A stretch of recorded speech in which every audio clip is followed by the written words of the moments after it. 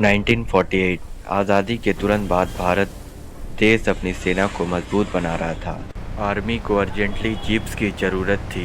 एक foreign supplier के साथ डील साइन हुई, लेकिन कुछ महीनों बाद ही सवाल उठने लगे। डिलीवरी डिले थी, क्वालिटी क्वेश्चनेबल थी। इस डील में नाम जुड़े थे टॉप लीडरशिप से। तो क्या ये भारत का पहला डिफेंस स्कैम था? चलिए फैक्ट देखते हैं। 15 अगस्त 1947 भारत आज़ाद हो चुका था। सड़कों पर खुशी थी, पर सरकार के कमरों में टेंशन। पार्टीशन ने सिर्फ ज़मीन नहीं बांटी, उसने भारत के सिस्टम को तोड़ दिया। बात की जाए आर्मी के पास ना व्हीकल्स थे, ना इक्विपमेंट्स, पर जिम्मेदारी थी पूरे देश की हिफाजत की। कश्मीर में उस वक्त जंग शुरू हो चुकी थी, और यहीं से शुरू होती है भारत की पहले घोटाले की कहानी, जीप स्कैम। आज़ादी के साथ जो मिला वो सिर्फ जश्न नहीं था, साथ आया था हिस्ट्री का सबसे बड़ा माइग्रेशन। करोड़ों लोग घर छोड़कर भाग रहे थे, ट्रेन भरी जा रही थी, सड़कों पर लाशें बिछी थी, और नया भारत अपनी पहली सांस लेने की कोशिश कर रहा था। पर गवर्नमेंट के पास ना रिसोर्सेज थे, ना एक्सपीरियंस, और ना ही करप्शन से लड़ने का कोई सिस्टम। पंडित नेहरू के लिए ये सिर्फ पॉलिटिकल चैलेंज नहीं था, ये एक इंसानी जिम्मेदारी थी। ब्रिटिश राज के बाद जो आर्मी मिली वो आधी तो पाकिस्तान चली गई, और आधी बिना व्हीकल्स के भारत में रह गई। आर्मी, ट्रक्स, जीप्स, वेपन सब कुछ डिवाइड हुए, पर भारत के पास जो था वो काफ़ी नहीं था। आर्मी को लड़ना था, पर चलने के लिए गाड़ी भी नहीं थी, और तब ही कश्मीर में जंग शुरू हो चुकी थी। अक्टूबर 1947 को पाकिस्तान से कबायली हमला होता है। कश्मीर का मामला राजनीति ही नहीं, जंग बन चुका था। इंडियन आर्मी को तुरंत मोबिलाइज करना था। हर एक जीप, हर एक ट्रक, जिंदगी और मौत का फ़र्क। उसी वक्त एक प्रॉब्लम आती है कि इंडियन आर्मी के पास जीप्स ही नहीं थी। वर्ल्ड वार के बाद ब्रिटेन के पास हज़ारों सरप्लस जीप्स पड़ी थी, और इंडिया को उसकी ज़रूरत थी। और यहीं से लंदन का रोल शुरू होता है। लंदन में एक इंडिया का पावरफुल आदमी था, वीके कृष्णा मेनन, नेहरू का सबसे करीबी और ब्रिटेन में भारत का हाई कमिश्नर। और इसी आदमी के हाथ में आई भारत की पहली मिलिट्री डील करने की कमान। फैसला हुआ, ब्रिटेन से जीप्स खरीदी जाएगी बिना टाइम वेस्ट किए। पर जल्दी के इस फैसले ने सिस्टम को ही बाईपास कर दिया। कंपनी के पास ना टेंडर था, ना कंपटीशन, ना प्रॉपर वेरिफिकेशन। और यहीं से शुरू होता है एक घोटाले के बीच। जिस जीप्स ने आर्मी को बचाना था, वही जीप भारत के पहले करप्शन केस की सिंबल बन जाती है। 1948 का लंदन शहर शांत लगता है, पर यहीं किसी कोने में भारत की पहली जीप घोटाले की कहानी लिखी जा रही। इंडिया हाउस, लंदन, यहीं से मिलिट्री जीप्स की डील का फैसला होना था। और इस सिस्टम के सेंटर में था वीके कृष्णा मेनन। आर्मी को जीप्स चाहिए थी तुरंत, और मेनन के पास पावर भी थी और नेहरू का भरोसा भी। और यहीं पहली बार एक नाम आता है, एंटी मिस्टेंस लिमिटेड। कंपनी का ऑफिस कोई बड़ी बिल्डिंग नहीं, बल्कि एक छोटा सा गैरेज से चल रहा था। ना फैक्ट्री, ना वर्कर्स, ना मिलिट्री सप्लाई का कोई रिकॉर्ड। फिर भी कंपनी को मिलती है 2000 जीप्स का ऑर्डर, बिना टेंडर, बिना कंपटीशन, बिना इंस्पेक्शन। और सबसे शॉकिंग शर्त, 100% एडवांस पेमेंट। और उस ज़माने के 80 लाख रुपए आज के 3.5 ट्रिलियन के बराबर है। ब्रिटिश अथॉरिटीज़ ने तुरंत वार्निंग दी, कंपनी अनरिलायबल है। पर वार्निंग इग्नोर कर दिया गया, क्योंकि नेहरू का मेनन पर अंधा भरोसा था। और जब सवाल उठे, पार्लियामेंट तक पहुंची, पोजीशन एमपीज ने कहा ये डील घोटाला है। पर उसी वक्त नेहरू ने कहा मेनन पर मेरा पूरा भरोसा है। और कॉन्ट्रैक्ट फाइनल हो गया। पर शिप के साथ सिर्फ जीप्स नहीं जा रही थी, जा रहा था भारत का भरोसा। और जो आया वो ना पूरा था और ना टाइम पर। 2000 ऑर्डर्स में से 155 वही आई जो यूजेबल थी, बाकी या तो डिफेक्टिव थी या तो कभी आई ही नहीं। और आर्मी इंतज़ार करती रह गई। यहीं से ये डील जीप स्कैम के नाम से हिस्ट्री में दर्ज हो जाती है। अब बात सिर्फ जीप्स की नहीं रही, बात पैसे की थी। भारत के पहले करप्शन केस में पैसा कैसे निकल गया यही समझ नहीं आता। कॉन्ट्रैक्ट के मुताबिक ही एंटीमिस्टेंस लिमिटेड को एडवांस पेमेंट मिल चुकी थी। इंडियन टैक्सपेयर का पैसा सीधे लंदन भेज दिया गया। 1948 में 80 लाख रुपए आज के हिसाब से हज़ारों करोड़ के बराबर है। मगर जहाँ से प्रोडक्शन होना था वहाँ कुछ था ही नहीं। यहाँ ना मशीनरी था ना मैन पावर, सिर्फ छोटा सा गैरेज। कॉन्ट्रैक्ट में ऐसे शर्त थी जहाँ पैसा वापस मिलना मुश्किल था। ब्रिटिश ऑफिसर्स ने फिर से वार्निंग दी, कंपनी फ्रॉड है, पर फाइल्स बंद कर दिए गए। आर्मी के अंदर से भी ऑब्जेक्शन आया, पर उन्हें दबा दिया गया। पेपर को डिले कर दिया गया और कुछ को दबा दिया गया, पर सच ज़्यादा दिन छुप नहीं सकता। ओपोजिशन ने सवाल उठाए, जीप्स कहाँ है, पैसा कहाँ गया। नेहरू के लिए ये पर्सनल हो गया, क्योंकि सवाल मेनन पर उठ रहा था और मेनन बिल्कुल शांत। पार्लियामेंट में हंगामा हुआ, ये लूट है। मीडिया ने पहली बार एक सरकारी डील को स्कैम कहा। पब्लिक को पता चला उनका पैसा डूब गया है।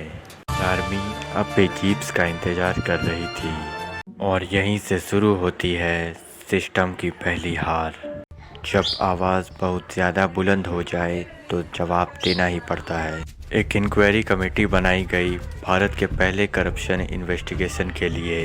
देश को लगा अब सच बाहर आएगा। Hundreds of documents, letters, warnings सब रिकॉर्ड्स पड़े थे। इस अथॉरिटीज़ के वार्निंग्स भी ऑफिशियली प्रेजेंट थे। वहीं कॉन्ट्रैक्ट की शर्तें खुद घोटाले की तरफ इशारा कर रही थी। आर्मी ने लिखा जीप्स यूजेबल है और कमेटी को ये भी पता था कि ये केस एक कंपनी का है। ये केस नेहरू के सबसे करीबी आदमी पर था और मेनन बिल्कुल शांत। इंक्वायरी रिपोर्ट तैयार हो गई, पर जब रिपोर्ट आई तो देश हैरान रह गई। मेनन के खिलाफ कोई डायरेक्ट एक्शन रिकमेंड नहीं किया गया। ओपोजिशन भड़क उठी, ये जस्टिस नहीं पावर है। नेहरू बोले, मेनन पर मेरा पूरा भरोसा है।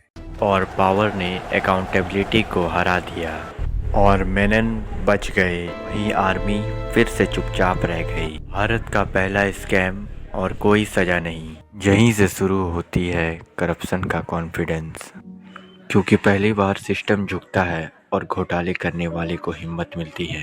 जीप स्कैम सिर्फ घोटाला नहीं था, ये एक मैसेज था। इंक्वायरी रिपोर्ट आते ही मीडिया ने आग लगा दी। सवाल स्कैम का नहीं था, सवाल था पावर के मिसयूज़ का। और वहीं अपोजिशन को एक बड़ा मुद्दा मिल चुका था। पार्लियामेंट फिर एक बार जंग का मैदान बनने जा रही थी और इस जंग के बीच खड़े थे पंडित जवाहरलाल नेहरू। उनके लिए ये एक ऑफिसर नहीं था, ये उनके विज़न का हिस्सा था। और वहीं मेनन फिर से बिल्कुल शांत। देश का पैसा लूट कर भी कोई बच सकता है। नेहरू बोले, मेनन पर जो आरोप है उसका कोई ठोस सबूत नहीं है।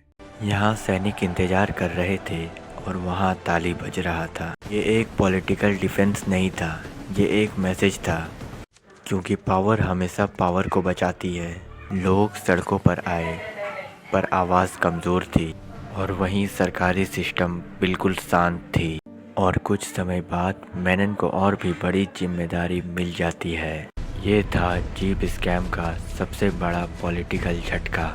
जो सैनिक लड़ रहे थे उनके लिए कुछ नहीं बदला और देश को पहली बार समझ आया पावर और जस्टिस अलग चीज़ें हैं। जीप स्कैम से एक नया युग शुरू हुआ, पॉलिटिकल इम्यूनिटी का युग।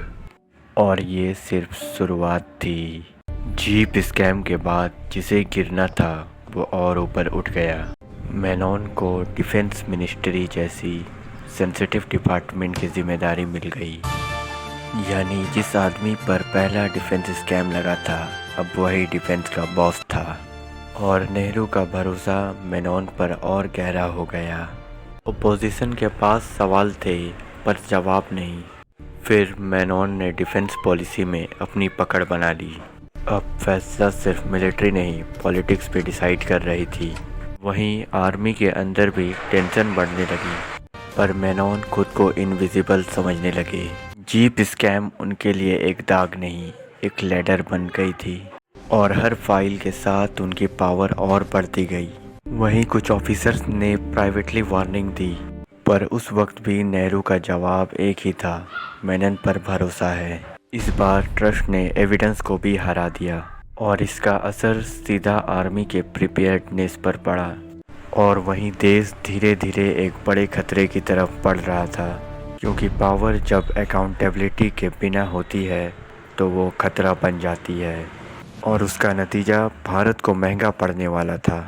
जीप स्कैम सिर्फ पैसों का घोटाला नहीं था, ये एक सोच का घोटाला था, और जब सोच गलत हो जाए तो देश की सुरक्षा भी कमज़ोर हो जाती है। पर 1950 के भारत और चाइना के बीच एक नई बाउंड्री रियलिटी बन चुकी थी। पर भारत के लिए ये एक सिर्फ लाइन थी, और चाइना के लिए एक टारगेट। उस वक्त देश में स्लोगान चल रहा था, हिंदी चीनी भाई भाई, पर बॉर्डर पर जो चल रहा था उसकी कोई भाईचारा वाली कहानी नहीं थी। उस वक्त चाइना क्विकली अपनी आर्मी को प्रिपेयर कर रहा था, और भारत ना रोड, ना सप्लाई, ना कम्युनिकेशन, बस भरोसा और पॉलिटिक्स। उस वक्त आर्मी ने भी बार बार वार्निंग दी, इंफ्रास्ट्रक्चर नहीं है, हम तैयार नहीं है। पर यह रिपोर्ट डिफेंस मिनिस्ट्री के फाइल में दब जाती है। वहीं मेनन का मानना था चाइना अटैक नहीं करेगा। कॉन्फिडेंस इतना था जैसे वार इम्पॉसिबल हो।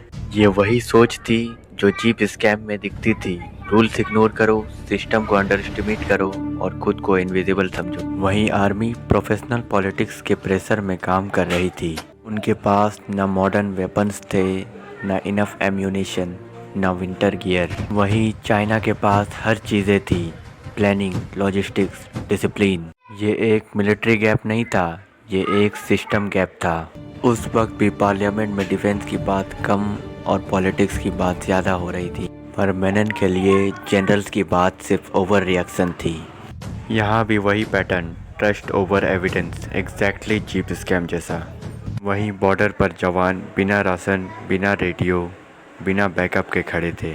उन्हें खुद नहीं पता था कि कल जिंदा होंगे या नहीं।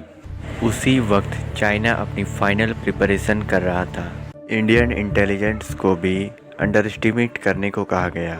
वहीं नेहरू को लगता था डिप्लोमेसी सब कुछ सॉल्व कर लेगी। डिप्लोमेसी तब काम करती है जब सामने वाला भी शांति चाहता हो। बिना तैयारी शांति एक इल्यूशन होती है। जवान तैयार थे पर सिस्टम तैयार नहीं था। जीप स्कैम में जो कल्चर बना वही कल्चर यहाँ भी चल रहा था। करप्शन सिर्फ पैसा नहीं खाता, ये देश की सुरक्षा भी खाता है। और अब तूफान आने वाला था। भारत तैयार नहीं था, पर जवान फिर भी खड़े थे। जीप स्कैम से जो सोच शुरू हुई 1962 में एक नेशनल ट्रेजेडी बनने वाली थी, और जब सिस्टम नहीं सुनता तो हिस्ट्री रोती है। अक्टूबर 1962 वो सुबह जब सिर्फ बॉर्डर ही नहीं, भारत का भरोसा भी टूटने वाला था। चाइना ने कई पॉइंट्स पर अटैक शुरू कर दिए। इंडियन आर्मी बिल्कुल सरप्राइज में थी। कई जवानों के पास गोलियां कम थी और राशन और भी कम, और वहीं कम्युनिकेशन फेल हो चुकी थी। दुश्मन पूरी तैयारी के साथ आया था और हम सिर्फ हिम्मत के भरोसे लड़ रहे थे। और यहाँ ये जवान नहीं हारे, सिस्टम हार गया था। दिल्ली में हलचल मच चुकी थी। नेहरू को पहली बार समझ आया कि भरोसा गलत जगह किया गया था। डिफेंस मिनिस्ट्री में कंफ्यूजन और साइलेंस दोनों था। मेनन पर भी सवाल उठने लगे। ये सिर्फ मिलिट्री डिफीट नहीं थी, सिस्टम की हार थी। देश को पहली बार महसूस हुआ हम तैयार नहीं थे। बॉर्डर के गांव खाली होने लगे। कुछ जवान जानते थे शायद वापस ना आ पाए। चाइना ने कई स्ट्रेटेजिक पोजीशन ले ली। भारत का मन टूट चुका था। नेहरू ने देश से माफ़ी मांगी। ये एक सेंटेंस नहीं था, एक कन्फेशन था। आखिरकार मेनन को जाना पड़ा, पर नुकसान हो चुका था। जवानों ने कीमत चुकाई सिस्टम की गलतियों की। जीप स्कैम सिर्फ पैसा नहीं ले गया, भारत का कॉन्फिडेंस भी ले गया। 1962 की हार एक युद्ध की हार नहीं थी, ये भरोसे की हार थी और इस हार की जड़ कहीं ना कहीं जीप स्कैम में थी। जीप स्कैम एक घोटाला नहीं, एक पैटर्न था।